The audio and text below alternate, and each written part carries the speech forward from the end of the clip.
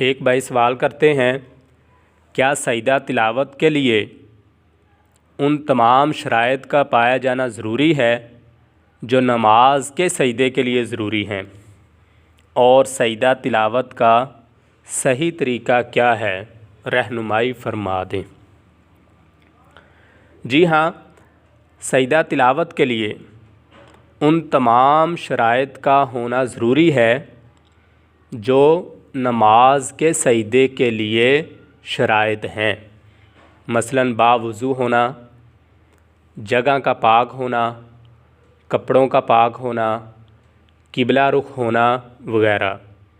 یہ جو نماز کے سجدے کے لیے شرائط ہیں، سجدہ تلاوت کے لیے بھی ان شرائط کا پایا جانا ضروری ہے۔ اور سجدہ تلاوت کا افضل طریقہ یہ ہے، آپ کھڑے ہو کر اللہ اکبر کہیں اور سجدے میں چلے جائیں، اور سجدے میں 3 بار تسبیح پڑھیں اور کھڑے ہو جائیں۔ اس میں نیت باندھنا اور سلام پھیرنا اس سجدے میں نہیں ہے۔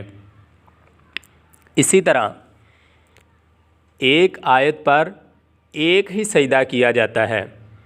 نماز کے لیے تو ہم 2 سجدے کرتے ہیں، لیکن اس میں 2 سجدے نہیں بلکہ ایک آیت پر ایک ہی سجدہ واجب ہوتا ہے۔ اسی طرح بعض لوگ کیا کرتے ہیں، قرآن پاک کی جب تلاوت کر رہے ہوتے ہیں تو وہاں بیٹھے ہوئے ہی قرآن پاک کے اوپر ہی سر جھکا کر سجدہ کر لیتے ہیں، تو اس سے سجدہ ادا نہیں ہوتا، بلکہ یہ قرآن پاک کی بے ادبی ہے۔ قرآن پاک کو سائیڈ پہ رکھیں اور قبلہ رخ ہو کر آپ سجدہ کریں۔